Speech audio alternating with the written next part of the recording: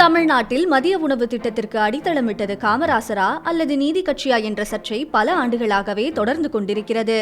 ஆனால் அதை முதலில் செய்து காட்டியவர் அயோத்திதாச பண்டிதர் என்பது பலரும் அறியாதது.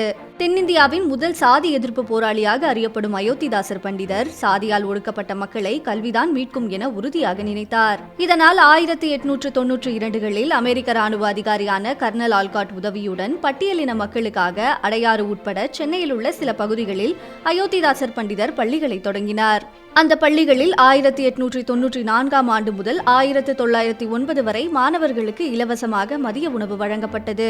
அதன் பின்னர் தான் 1920களில் நீதி கட்சி சார்பாக சென்னை 1000 விளக்கு மாநகராட்சி பள்ளியில் மதிய உணவு திட்டம் தொடங்கப்பட்டது. ஆனால் அது நிதி பற்றாக்குறையால் சில ஆண்டுகளில் நிறுத்தப்பட்டது. இருப்பினும் சுதந்திர இந்தியாவில் 1957ஆம் ஆண்டு இந்த திட்டத்தை காமராஜர் மீண்டும் அறிமுகம் செய்து வைத்தார். அதன் பிறகு சத்துணவு திட்டமாக எம்ஜிஆர் காலத்தில் அது உருப்பெற்றது. அது தற்போது ஸ்டாலின் ஆட்சியில் காலை உணவு திட்டமாக மாறி மாணவர்கள் கல்வியை தொடர முக்கிய காரணியாக அமைந்துள்ளது. இதனால்தான் இந்தியாவில் கல்விக்கான முன்னணி மாநிலமாக தமிழ்நாடு பரவலாக அறியப்படுகிறது. ஆனால் அதற்கு அடித்தளமிட்டவர் அயோத்திதாச பண்டிதர் என்பதுதான் வரலாறு.